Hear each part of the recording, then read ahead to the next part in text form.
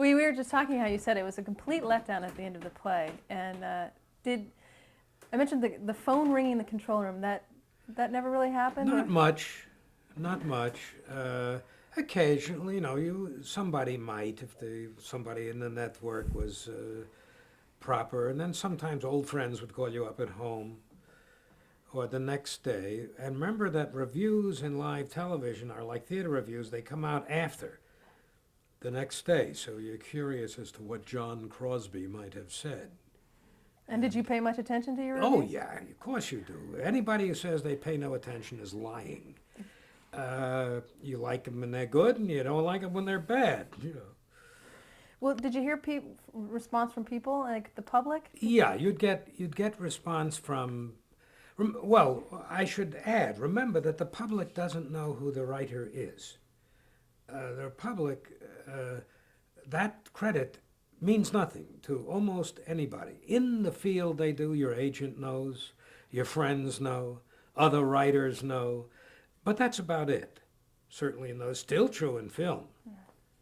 Did you hear a buzz, though? Let's say you'd be walking down the street and you'd hear maybe someone mention that No. they'd seen your show? You might hear that people talk, yes, you might hear people talking, because people did talk about what I watched last night on television, and for fun sometimes you might hear that, but not, you're not that fun. And New York is a very big city.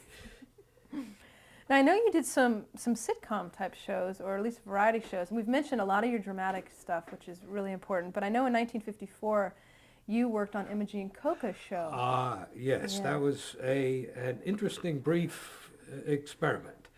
That was just after the Coca and Sid... Your show of shows. Yeah, your show of shows broke up. And Sid had his own show. He took most of the people with him, but Coca had a show. And she brought a number of the writers from her staff.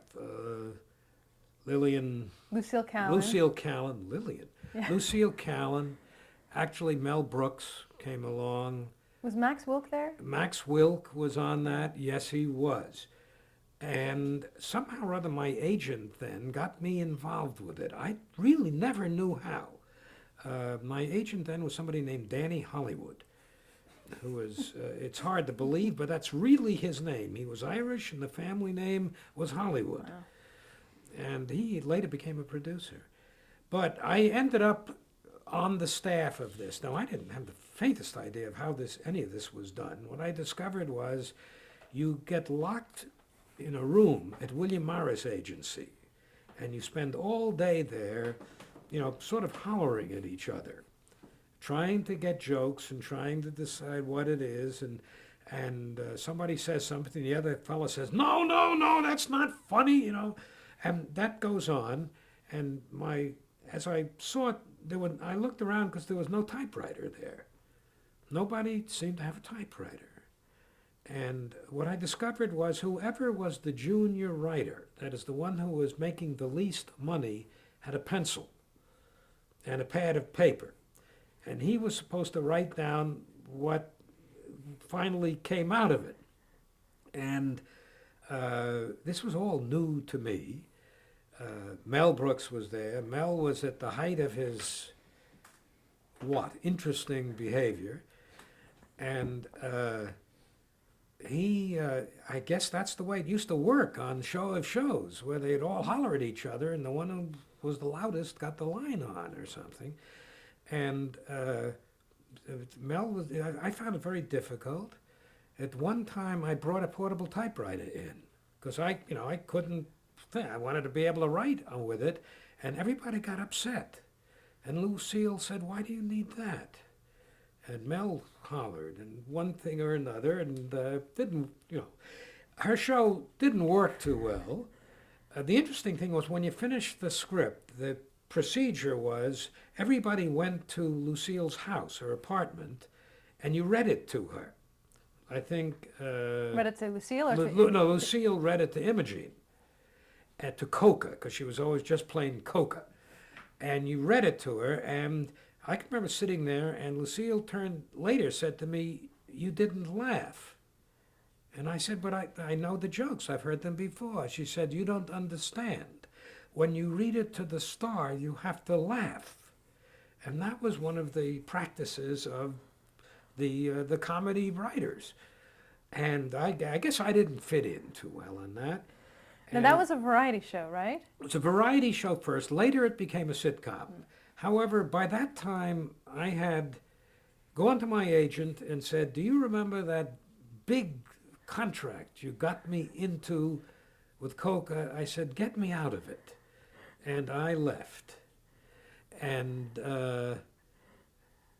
they went on, and it failed. I think it didn't do well. Yeah, it didn't last very long. No. Now, it was Imogene Coca. What was she like to work She with? was a very strange, kind of self-involuted person.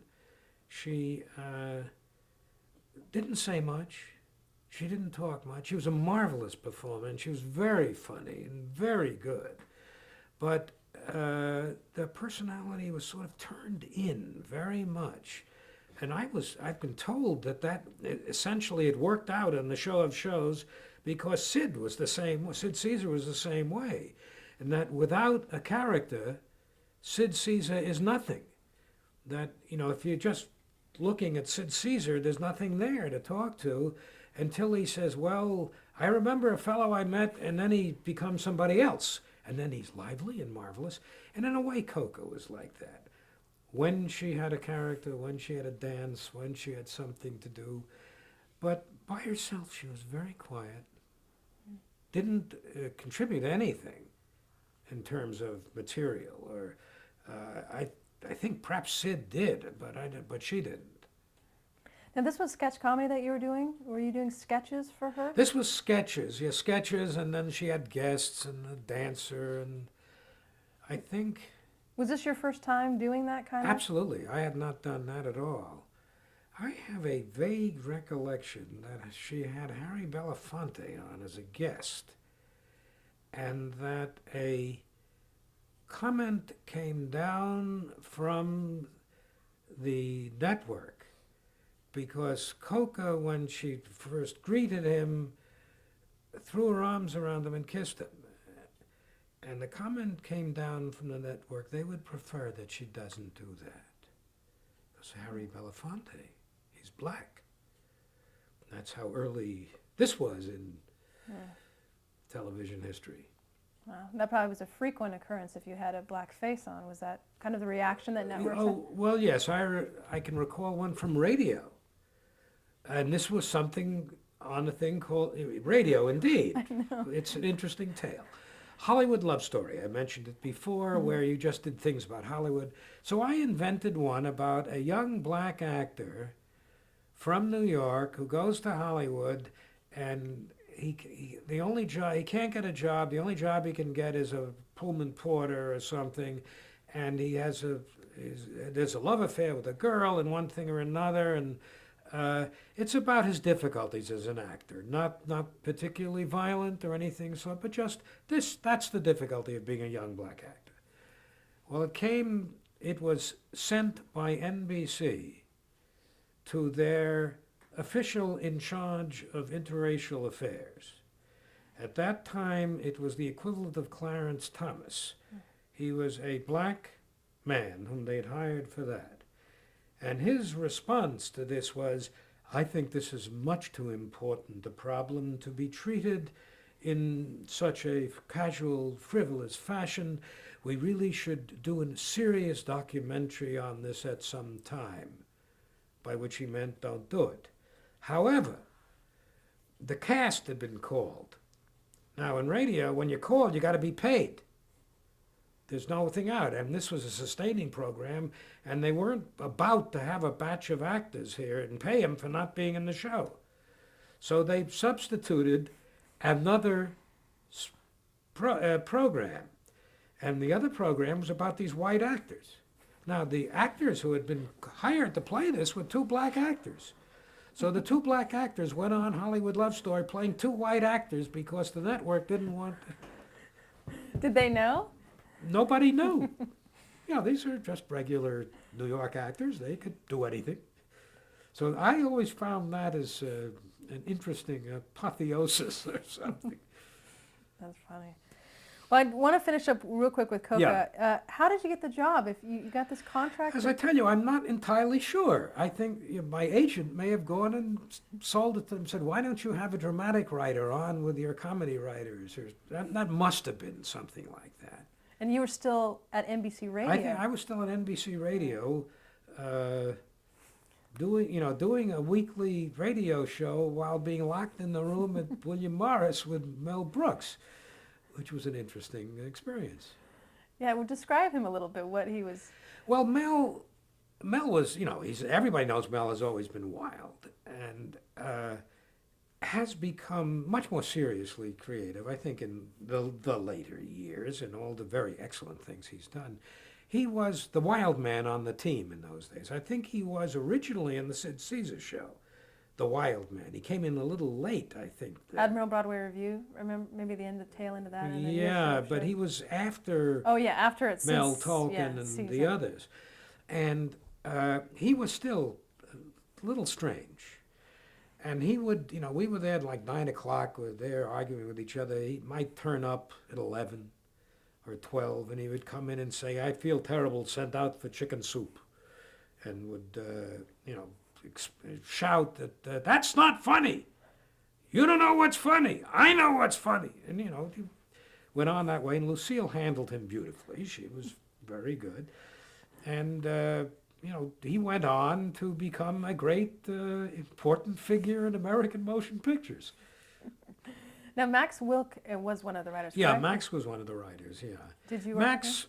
I think Max was, in a similar way, I don't know that he was able to contribute too much. It may have been much as I found.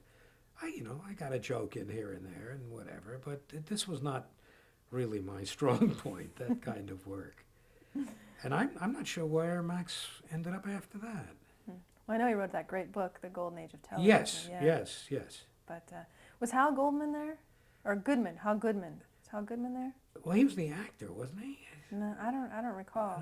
I thought the later on some actor became the Yeah, I know, husband. her husband. I don't recall. I'm not who it sure. was. No, I don't believe so. There was, I forget who all else. I probably on purpose forgot who all else.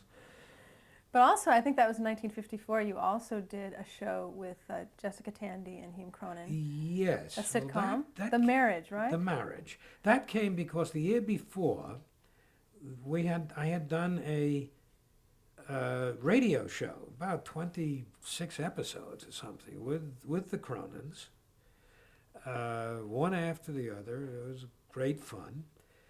And then they decided to do it as a summer replacement.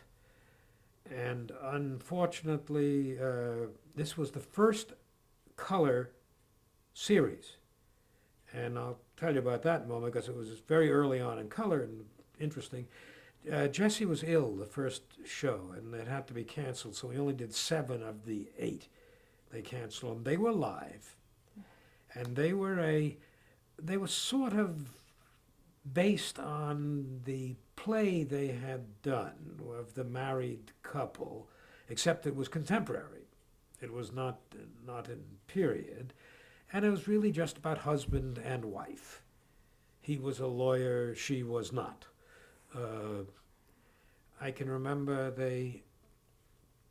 I had one where they had neighbors who lived in Peter Cooper or something, and they had visited them and they were showing them the view, and they can't see the view. And this was on the television show too. He said, well, look, you come over here by the window and you get very close and you look out sideways and you look past that building and you'll see the river. And we were doing jokes like that inside, tales and one thing or another. Remember doing one which involved their son comes home from school and he's been taking music, and they've been teaching him music by giving him the little rhymes that go with the, like, this is the symphony that Schubert wrote that never finished. And he has all of these, and Hume gets terribly upset because he says that's no way to teach music to children. and goes in and protests to the, you know. So that was the series, and it was a lot of fun. I remember that originally the director, as a great thing, they brought one of the directors from the actors' studio, and they felt very excited that they were going to get this guy from the actors' studio, whose name I refuse to remember, because he came in and he was absolutely impossible. And there was a live television show that had to go on, and God knows what the hell he was doing. And at one point, there was the woman who played the principal in that same thing, and he's brought her in from the actor studio, and she's saying a line, and I went up to him and I said, "Wait a minute, she isn't saying the line." He's saying, "Yes, but she's got the whole feeling of it." And I said, "You don't understand. This is a comedy. The end of her line is a setup, and Hume has the punchline. If Hume doesn't get the straight line, your star at X $1,000 doesn't get to give the punchline." And I went into hysterics. And they eventually fired him after the first one or two, and NBC staff directors did it. They got two guys in, one did the staging, one did the camera work. But that was wild times. Was it more difficult or just different to write comedy versus drama in terms of the amount of work? Well, comedy is always harder because you have to be funny. And it's a lot harder to be funny. And particularly if you have to be funny a lot. If you're doing, just kind of pleasant situation, and if you can be generally amusing, that's okay. But if you're looking for 6 jokes in the next minute and a half, that's very demanding. It's hard and tough, and it's very difficult. The easiest kind of comedy for me is what has become the more realistic comedy, so that you're a little off the reality, but you're not into really setup and joke in that sense. Were you the only writer on the show? Yes. Oh, wow.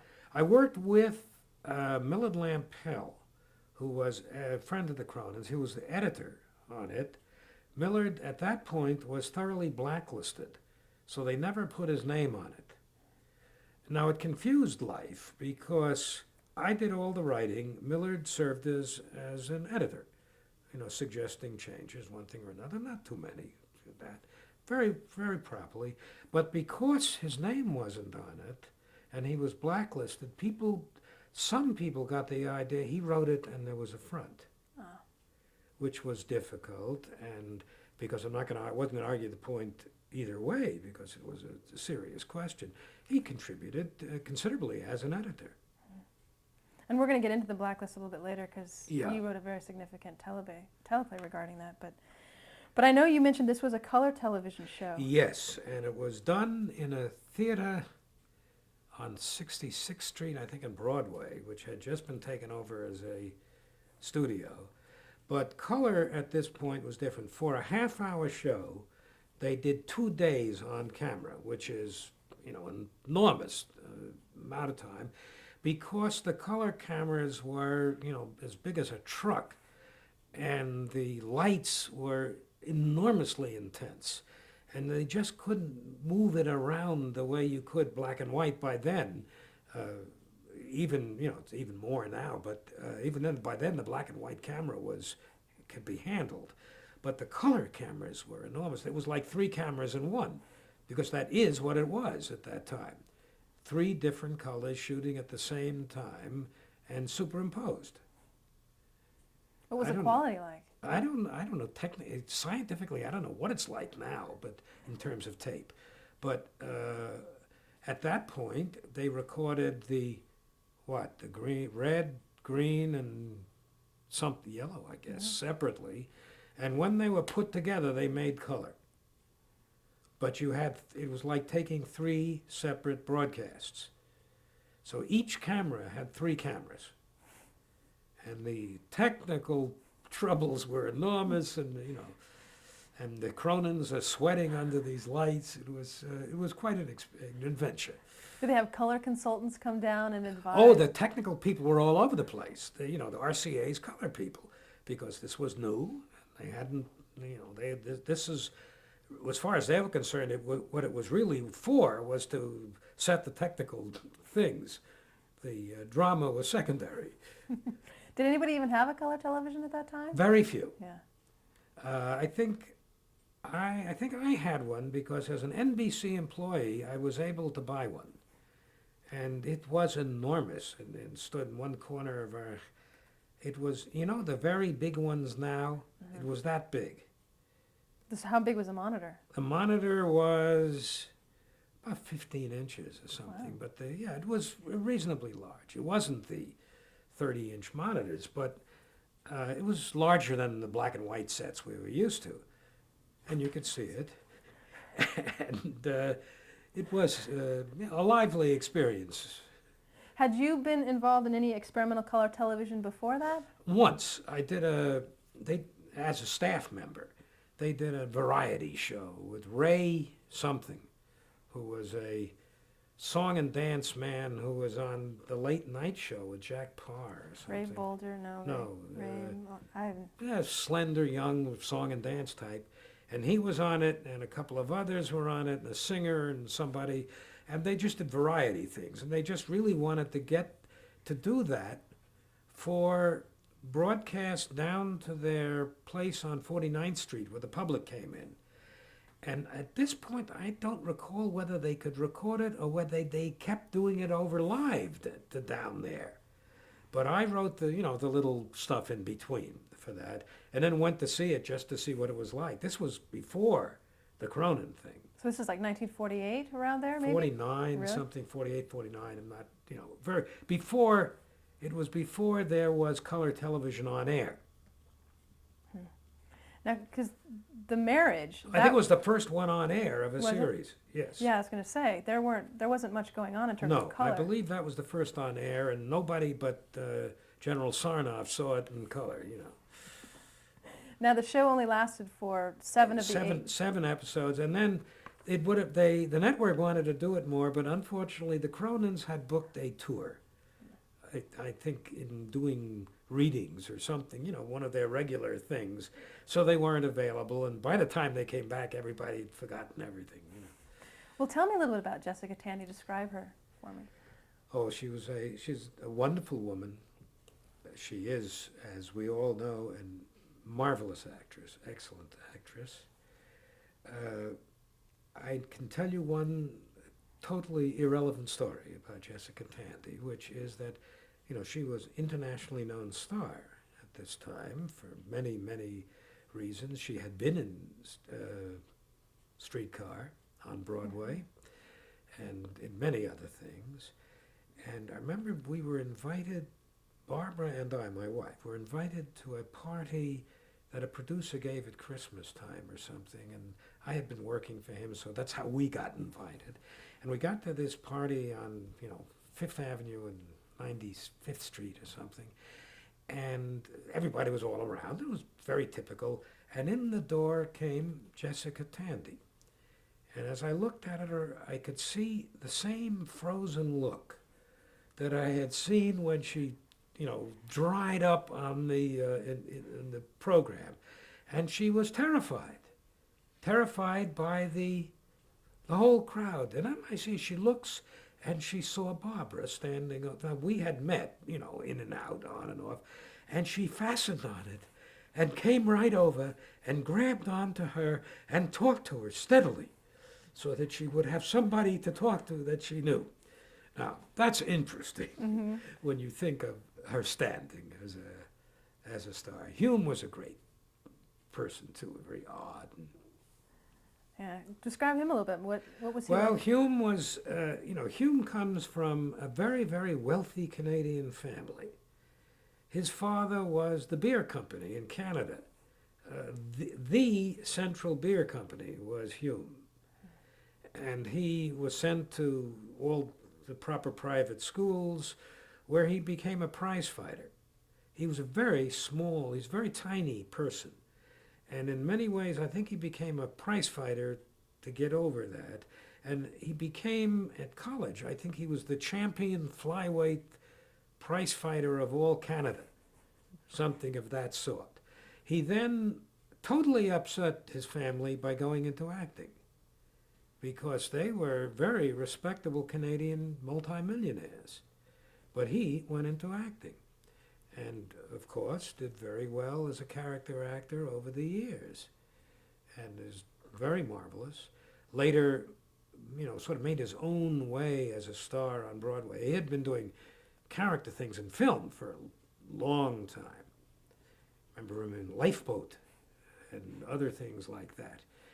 And then he started on Broadway doing things with Jesse and built the reputation as a distinguished person in theater, and indeed he was. That's great. Well, I'm going to switch gears a little bit because we've talked about that, just basically the 50s and you working in television at that time. One of the shows that I wanted to touch on was Studio One. When did do you recall the first teleplay you wrote for that show? I'm not sure which the first one is. I'm very poor on names and dates, as you know. But I did a number of early ones for Studio One. Was that with Worthington Minor? It was after, or He left in 52, before I Worthington Minor, yeah. When the others took over from Worthington Minor, I don't think I really did one for Worthington Minor. There's your date. Okay. So it would have to have been after him. Okay. Herb Brodkin was there producing. Philip Barry was there as well. Well, let's go back to Herbert Brodkin because Yeah. I know he was a long time in your life and the careers that you guys had together. Was that the first time you ever worked with him? I think Studio One was the first that we worked together because the others came later. He had come over from Channel 5 at the time in New York with a dramatic show that he had started there. He started as a scenic designer. And somehow or other he got to be a producer. I really don't know exactly how. And he was doing for the Channel 5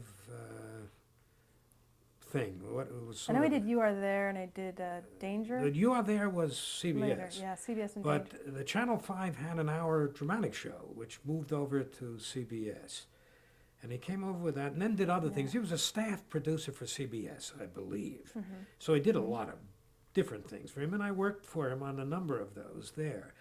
I do remember a number of Studio Ones that we did. Some I look at the title and I have to remember what the hell was that about. And sometimes I can remember.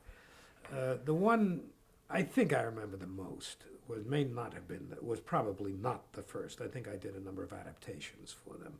But the one I did was an original that was based on my own experience in World War II in a prisoner of war camp.